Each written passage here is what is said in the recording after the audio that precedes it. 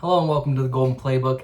Today we are doing our weekly recap. This is the week 3 recap already. I can't believe we're 3 weeks into the season and the injuries are starting to pile up. RIP Najee Harris, RIP James Conner, RIP Tyrone Tracy, RIP CeeDee Lamb. Man, the injuries are piling up, which means there are lots of potential waiver pickups this week. So stay tuned as I recap each game. I'm going to give you those solid waiver pickups this week for your injured players. And a lot of you that are watching are not subscribed to the channel, so if you could do so, make sure you hit that subscribe button. I would really appreciate it. Without further ado, let's get into the first game. And we are going to go to the shellacking 44-13 victory by the Seahawks over the New Orleans Saints. And this got out of hand in a hurry. Multiple special teams touchdowns from the Seattle Seahawks. It was a mess of a game. On the Seattle side of things, Zach Charbonnet was ruled out for this game, leaving the bulk of the work to Kenneth Walker, although it was not really needed because, like I said, they got out ahead early and really coasted to the dub. Jackson Smith-Njigba, 5 for 96 and a touchdown, continues to be unreal, an absolute alpha dog on this team. An easy wide receiver one play. Darnold is doing just enough to really maximize Jason's value, but Sam Darnold himself is not really a startable quarterback unless you're in a super flex league. Kenneth Walker really not efficient in this one, although he did get the 2 touchdowns. This is kind of Kenneth Walker's game. He's going to break off a big one every now and then, but if he doesn't, he is very inefficient. Obviously gets the couple of scores. Torrey Horton gets a receiving touchdown and had a punt return touchdown. He is very electric. I would be shocked if he doesn't take over Cooper Kupp's wide receiver 2 role, at least from a target standpoint in this one.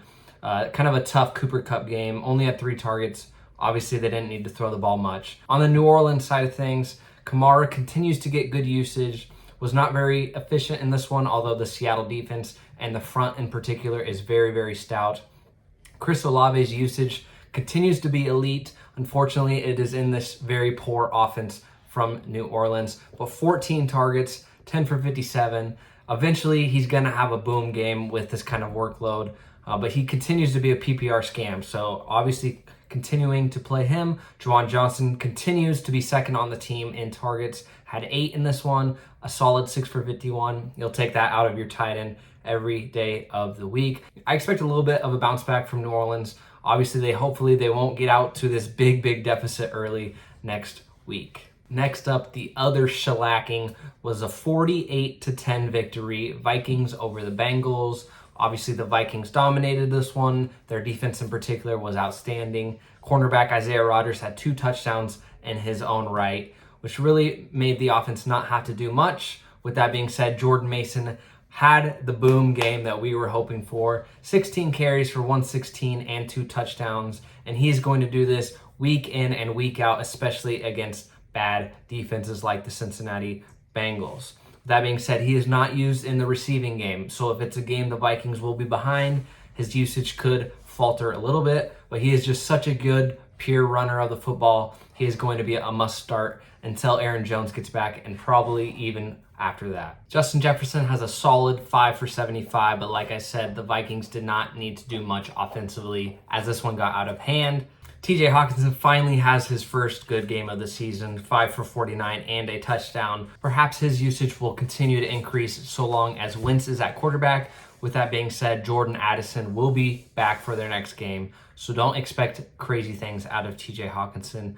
He is a very shaky start at the tight end position at this point. On the Bengals side of things, it was an absolute shit show from the beginning. Jake Browning, 140, a touchdown, 2 picks. Just did not look great against this Minnesota Vikings defense. And Chase Brown is the most inefficient runner of the football. He is taking a huge regression step, perhaps one of the worst picks through the first 2 rounds in fantasy drafts. Hopefully he can kind of bounce back, get this thing moving, but it's very unlikely. That Bengals offensive line is not doing him much favors, and he has just not looked good. And he hasn't really had the usage in the passing game like we hoped for. Only had 4 catches for 17 yards, and this 4 catches is his season high. So not great from a Chase Brown standpoint. Honestly, it's gloom and doom from the whole Bengals standpoint. Jamar Chase, 5 for 50. T. Higgins, 1 catch on 2 targets. These Bengals receivers outside of Jamar Chase really aren't startable at this point unless it's a really, really prime matchup. But if the Bengals play a tough defense like the Minnesota Vikings, they're going to struggle offensively, man. I hate to say it. Next up, a 21-14 victory for the Steelers over the New England Patriots. And this was just an ugly, ugly football game. The New England Patriots had like 5 fumbles in this one. It was absolutely abysmal. On the Pittsburgh side of things, it is very clearly the Jaylen Warren show in the backfield. 18 carries, as well as leading the team with 6 targets, hauling down 5 of them for 34 yards. He had a decent PPR day despite not getting in the end zone. Obviously, Kenny Gainwell steals that touchdown from him, so you hate to see it, but Jaylen Warren is a startable running back 2 week in and week out with his role and his usage. Aaron Rodgers, a ho-hum day, didn't have to throw the ball very much, only 23 attempts in this one. DK Metcalf does get the touchdown, so comes home a little bit. But with that being said, I'm just not very happy or comfortable starting DK Metcalf. You're going to in your wide receiver 2 or 3 spot, but I just am not happy. This Pittsburgh offense just does not produce much fantasy points. As for the New England Patriots side of things, Travion Henderson owners, a little glimmer of hope as Ramondre Stevenson fumbled twice. Antonio Gibson came in after that, and he fumbled the football. So Travion Henderson gets 11 carries, only turns it into 28 yards, but the rushing lanes were not happening in this one. Expect an uptick in Henderson's usage next week, though, especially if the fumble problems for Ramondre Stevenson continues next week. Obviously, a huge Hunter Henry game, who is looking like the wide receiver 1 in this passing attack. 8 for 90 and 2 touchdowns. Really no other playable wide receivers at this point. Obviously, Hunter Henry's not going to look like this week in and week out. Last week was a dud week, but Hunter Henry remains to be a good filler tight end if you are dealing with these guys. Maybe your Evan Ingram is out. Hunter Henry is a very solid fill-in piece. Drake May continues to put up good fantasy numbers between his rushing and his passing numbers. Although it's not always pretty, Drake May is a very, very solid fantasy quarterback option at this point. Next up, we have a 41-20 victory for the Indianapolis Colts over the Tennessee Titans. This Colts offense continues to show so much firepower. Jonathan Taylor, 102 yards, 3 touchdowns. Love to see it. Danny Dimes, 228 yards and a touchdown in his own right. Michael Pittman, 6 for 73 and a touchdown. He is a very, very solid wide receiver 3, especially with Alec Pierce getting a concussion in this one. He has had concussions in the past, so it might take him a few more weeks to get back than your average Joe. So more concentrated targets for Pittman, Warren, and Josh Downs, who both I expect to have a bounce back next week. But you're feeling very, very good right now if you drafted Jonathan Taylor over Chase Brown, or Jonathan Taylor just fell to you in the back of the second. You're feeling very, very good. On the Tennessee side, Cam Ward slowly starting to get a little bit better, although again, suffering 4 sacks and a pick, so far from pretty, but he is slowly getting better. I think there's better things ahead. I'm very optimistic for Cam Ward. I know not a lot of people are, but I am optimistic for him.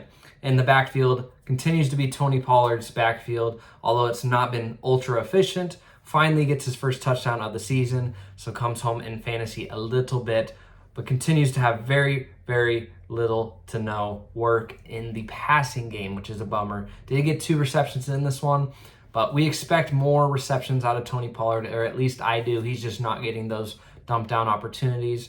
Continue to roll him out in your RB2 role.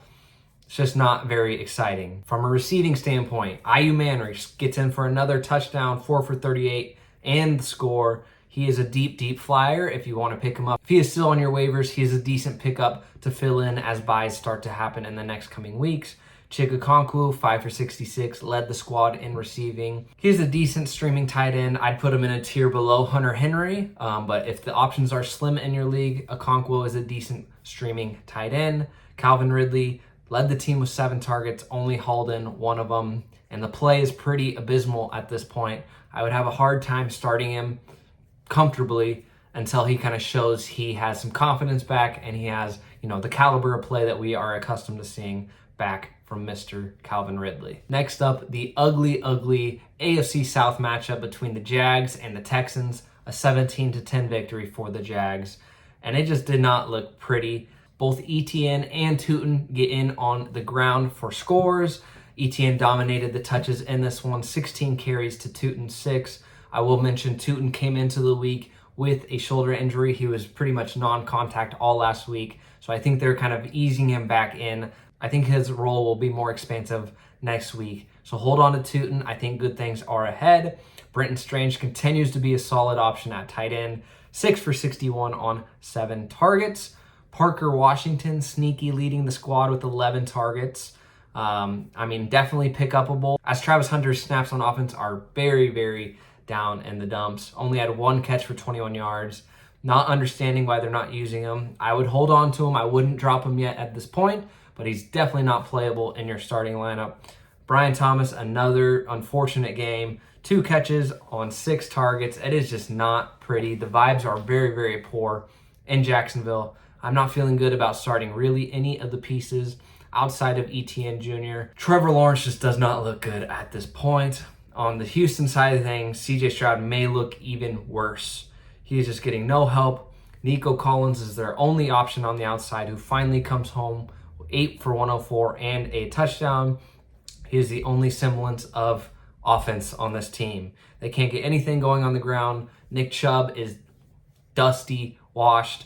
Woody Marks is a guy I would look out for. He got a major uptick in snaps and usage in this one. I think that'll continue to be the case, and I think he'll eventually flip Nick Chubb for the starter role. So if Woody Marks is available in your leagues, I would absolutely look to pick him up. Could be a very good option going down the stretch, despite a bad offensive line for Houston. No other real relevant passing options in Houston. You're not really rostering. You're definitely not playing any of those guys.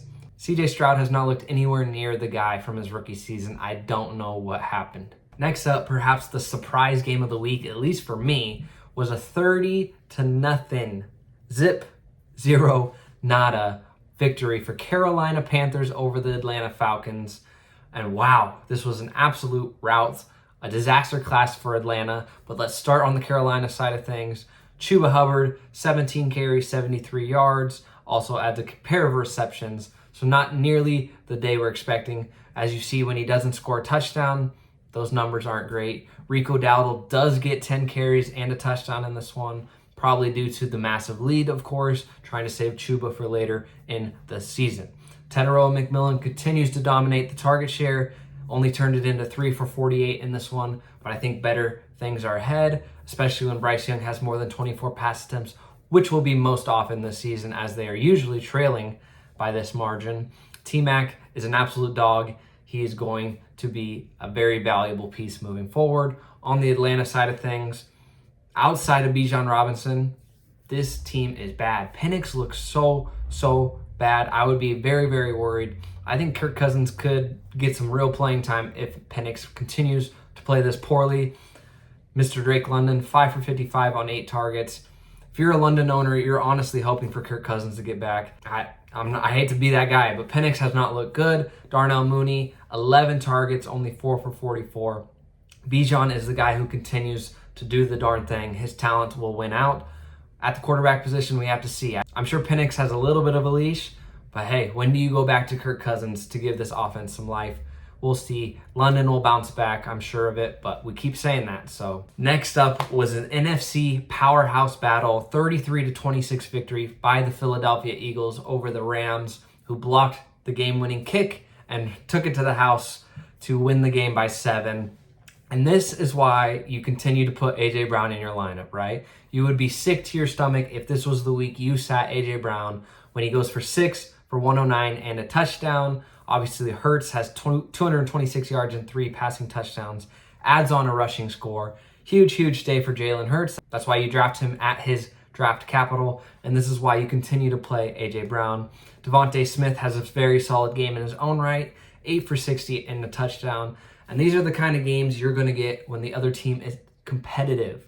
When Philadelphia is playing a below-average opponent, it's obviously not going to look like this from a passing game standpoint, but when they play a formidable opponent, as in the LA Rams, they're going to have to throw the ball because they got down early in this one, and we just love to see that from a fantasy perspective. I will say, though, Saquon Barkley has looked very inefficient so far, and obviously you're needing him to score some touchdowns to pay up his value. I think better days are ahead, but obviously that workload from last season to this season might be catching up and becoming a little more inefficient for Mr. Saquon Barkley. On the Rams side of things, Puka Nacua continues to be the wide receiver 1 overall. 15 targets in this one, 11 for 112. Gets it done without even scoring a touchdown.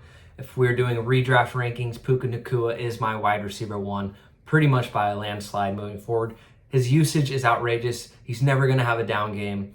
Unreal. Devontae Adams, 3 for 56 in the touchdown. They continue to try to force feed Devontae. Well, it's kind of working, kind of not working. We'll see how those targets keep divvying up, but expect it to be the Puka Nacua show and Devontae Adams as the second fiddle. Kyron Williams kind of silences the haters a little bit, gets 94 yards on 20 carries, very solid average. Although Blake Corum better yards per carry once again, but I think this is the split LA wants to see, 20 carries to 8 carries, 2-to-1 split basically. So Kyron must start, Puka, wide receiver 1, alpha dog, and Devontae Adams is a start week in and week out. Matthew Stafford continues to get it done for those guys in his own right. Not the most valuable fantasy asset, but you love what he's doing if you're a Puka owner. Next up, the 29-27 victory by the Bucs over the Jets. And this one was a very interesting game. Mike Evans leaves this one with a hamstring injury. Looks like it's pretty serious. I would expect him to go on IR, missing at least 4 weeks. Emeka Egbuka continues to be a dog. 6 for 85 in this one. He's going to operate as the wide receiver 1 moving forward in the coming weeks. Sterling Shepard, 4 for 80. Love to see it. He's going to have to operate as that wide receiver 2-ish guy, although that's obviously not what Shepard is at this point. K. Dotton continues to not get any targets thrown his way. Perhaps now that Evans is out of the picture, K. Dotton might get some usage, but 2 straight games with no targets is not ideal. As for the ground game, Bucky Irving cannot get it going. 66 yards on 25 carries. His usage is obviously elite, next level stuff, but with the offensive line injuries, he's having a hard time finding running lanes. I expect better things ahead, but like I said, that offensive line is so banged up. It's hard to see Bucky Irving getting more holes on the ground, but his usage is so good, you're obviously not starting him. Baker, solid day, gets the job done. Nothing spectacular. Continues to run the ball well, so his 44 rushing yards are massive value in fantasy, of course. On the Jets side of things, like I said last week, Tyrod Taylor being the quarterback is actually going to be good for Garrett Wilson. He's going to get, catchable targets for once in his life. He had 13 targets, 10 catches for 84 yards and a touchdown. He is the only valuable guy from a passing game standpoint. Once Justin Fields is back, his value dips for sure. So if you want to sell high on him now, since Tyrod was the quarterback, I would not blame you to do that. I expect some tough games with Fields in there at quarterback. On the ground, Breece Hall does not really get it going. 9 carries, 21 yards. They were trailing for most of this game, so he just was not able to get any rhythm going on the ground. I expect better things to come for Breece, but this team is just not very good at all. They're not going to have many leads where they can lean on him in the ground game. So Breece is just kind of a ho-hum RB2 at this point. Next, we have a 41-24 victory for the Washington Commanders over the Vegas Raiders. Mariota gets it done, 207 and a touchdown, adding 40 yards on the ground. Obviously, a huge touchdown run for Jeremy McNichols. Unfortunately, he's not really rosterable. He's obviously not going to do that long touchdown run every week. Ja'Cory Crossy-Merritt, not great usage. Obviously, only got 8 carries. Did get a score in this one and a reception. But you're just wanting better usage out of the rookie. Chris Rodriguez came in and got 11 carries in this one. I'm expecting that to switch eventually. JCM get more of the work than Chris Rodriguez. But it is a very uncomfortable start at RB2 for JCM at this point. Terry, 3 for 74, does miss the entire fourth quarter with a quad injury. That'll be something to note. See if he plays for next week. Deebo Samuel, his first kind of stinker game of the season. He is the guy who is wanting Jaden Daniels to get back in the lineup ASAP. If Terry McLaurin is out, Deebo Samuel becomes the alpha dog on this squad. On the Vegas side of things, a hilarious stat line for Trey Tucker. 8 for 145 and 3 touchdowns. The highest scoring guy of the week. 9 targets he earns in this one, which is just absolutely outrageous. Geno plays fine, 289, 3 touchdowns. Obviously going to Tucker. Jacoby Myers, 3 for 63 on a measly 4 targets. I expect that to be one of his lower targets of the season. I expect bounce back games out of Jacoby Myers. Same deal for Brock Bowers. Obviously, the knee is affecting him to some degree. Only earned 5 targets, 4 for 38. He is just not his explosive self with the knee injury. Hopefully, he kind of can get back on his feet a little bit. As for Ashton Jeanty, believe it or not, this is the best he has looked. 63 yards on 17 carries. This O-line has to be worst in the league. If you go back and watch the tape, there are no holes. He's getting hit on almost every play behind the line of scrimmage and having to make something out of it. I just want for one time Ashton Jeanty to be able to get downhill. And we've seen it a couple times, running DBs over. Ashton Jeanty, I would like to say better things are ahead, but I don't know if this O-line is going to get any better. But his usage continues to be very, very solid. 17 carries. Would like him to get more third down work. He's kind of given that up to Zamir White and Dylan Lobby. But if he can get 17 carries, I'm going to keep rolling him out there in my starting lineup. Next up, we have the absolute slugfest, a 13-10 victory by the Cleveland Browns over the Green Bay Packers, which just proves any given Sunday, anything can happen. Obviously, a very, very poor offensive game on both sides, but especially Cleveland. I don't know how they got away with this victory. The Cleveland defense is just dynamite. They are so good. The obvious lone bright spot for the Cleveland Browns was Quinshon Judkins dominating this backfield. 18 carries, 94 yards, and a touchdown. He is a must start every week if he's going to continue to get this usage. You know, there's still a potential suspension looming. I don't know if it'll be this season, next, or not at all. That's something to keep an eye on. But all of the other running backs are pretty much non-existent on this team with Judkins back. On the receiving side of things, they just got dominated by a good Green Bay defense. I expect bounce backs for all of Tillman, Fannin, Judy. I expect them all to have better numbers in the coming weeks. Joe Flacco still had 36 pass attempts in this one, so I'm expecting that to still be much of the same moving forward. Njoku, 5 for 40, only one who barely came home. On the Green Bay side of things, 16 carries for 30 yards for Josh Jacobs. He is continuing to have a very inefficient season. I know this Cleveland defense and the line in particular is very, very good. But Josh Jacobs has not been overly efficient so far this season. Does get some work in the passing game for like the first time in forever. 9 targets, 5 for 44. Super random. But I expect Jacobs to be more efficient moving forward. Matthew Golden got the uptick in snaps with the Reed injury last week. 4 targets, 4 catches, 52 yards. And honestly, he had a catch down the sidelines where he ran out of bounds after he caught it. It looked like he could have took that 98 yards to the house. I put it out on Twitter. I have no idea what he was doing. Tucker Kraft banged up going in. 4 targets, 3 for 29. I expect more explosion out of this Green Bay offense next week. This Cleveland defense is very stifling. Another guy to keep an eye on, Romeo Doubs continues to run the most routes on the team. Only ended up getting 2 targets in this one, but in games where they have to pass more often, Romeo Doubs could get a lot of the work as he's running many other routes. So if you need a wide receiver to pick up and he's on the wire, I don't hate grabbing Mr. Romeo Doubs. Our next game, the AFC West showdown, a 23-20 victory by the undefeated Los Angeles Chargers over those Denver Broncos. Justin Herbert continues to look fantastic, and they are just passing the ball so much. 300 yards, touchdown, a pick. Marion Hampton finally gets going in this one. 19 carries, 70 yards, and a touchdown, and he had that workload due to the unfortunate Achilles injury from Najee Harris. Prayers up to him. But it's going to be the Hampton show moving forward. Perhaps LA signs or trades for a guy. But until then, Amarian Hampton is going to be a workhorse. Got 6 for 59 through the air in this one too. So great breakout game for Mr. Amarian Hampton at the unfortunate expense of Mr. Najee Harris. Continues to be a 3-headed monster in the receiving game. Quentin Johnston, Keenan Allen continue to have fantastic games, 10 and 11 targets respectively. Johnston turned it into 6 for 89. Keenan Allen gets the touchdown, 765, and that score. Ladd had 7 targets, only turned it into 4 for 41.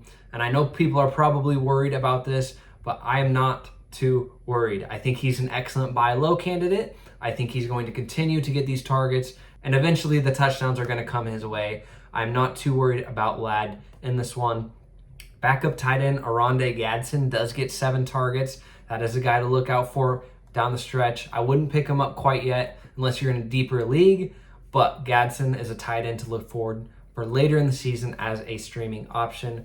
On the Denver side of things, Bo Nix continues to look super mid. 153 yards and a touchdown, almost all of it going to Cortland Sutton, who has the massive bounce back week. 6 for 118 and a touchdown. Troy Franklin last week was probably a little bit of a fluke, only has 2 catches for 8 yards on 4 targets. So if you have Troy Franklin on the bench, fine, but I would be fine dropping him. I don't think his usage is going to be very consistent. On the ground game, J.K. Dobbins continues to dominate. 11 carries, 83 yards, and a touchdown.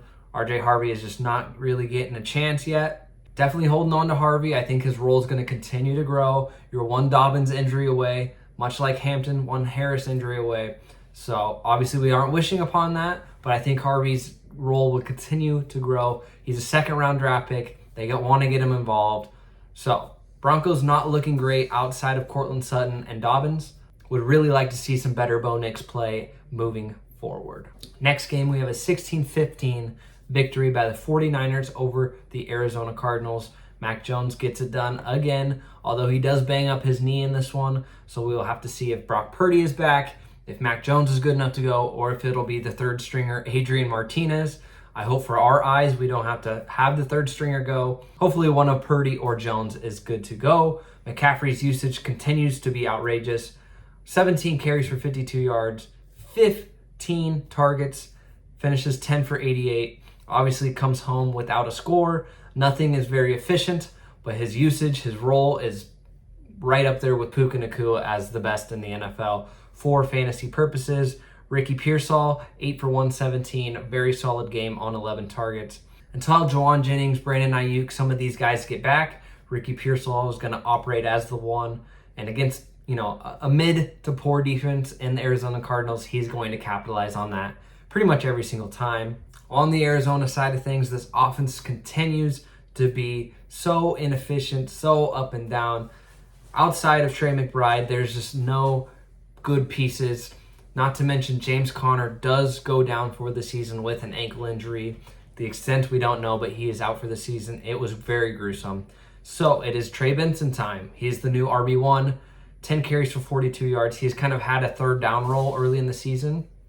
He's obviously going to be the lead down back now. I expect Amari DiMercado to get worked in on third down some, but this is easily the Trey Benson show. If he is on the waivers for some reason, I would absolutely go pick him up. If you're in a fab league, if you need running back, I'd spend 60 to 70% of your fab. Honestly, his role for the season is going to be set up that you can plug him in as your RB2 and he's going to have a fine role.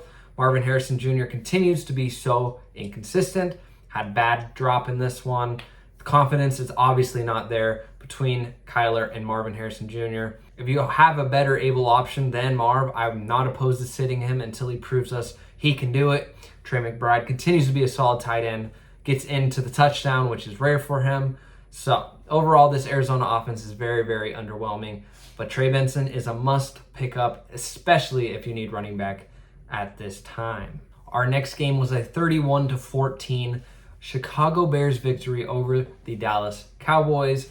For Chicago, this was a Caleb Williams coming out party, 298 yards, 4 touchdowns, and this was the Ben Johnson offense we love to see. Obviously, it goes against the Dallas defense, which is going to be one of the worst in the league when it is all said and done. They're absolutely a defense to attack fantasy-wise. Luther Burden finally gets a little bit of run, 3 for 101 and a touchdown, catches a long ball on the flea flicker. Rome Odunze continues to operate as the wide receiver 1 in this offense, leading the team in targets once again, 3 catches, 62 yards, and the touchdown. DJ Moore, his usage is not great as far as target share. He is running all the routes, getting all the snaps, so he is continuing to be a start for me. He's still got rapport with Caleb Williams. We're just wanting more work to go his way. Ends up getting the touchdown to save his day a little bit, 4 for 21 and a touchdown. But overall, great things. DeAndre Swift continues to be inefficient, but Kyle Monangai is just as inefficient. So I wouldn't be too worried as a Swift owner. There's just a bad running back behind your bad running back.